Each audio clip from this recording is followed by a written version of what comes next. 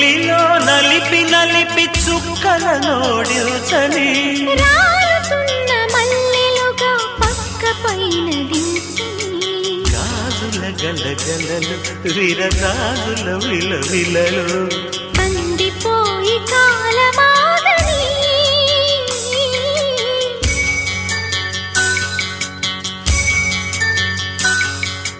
కోరి కోరి కాలుతోంది ఈడు ఎందుకు తొలి రేవింత హాయిలో ఆవిరేవిటో కోరి కోరి కాలుతోంది ఈడు ఎందుకు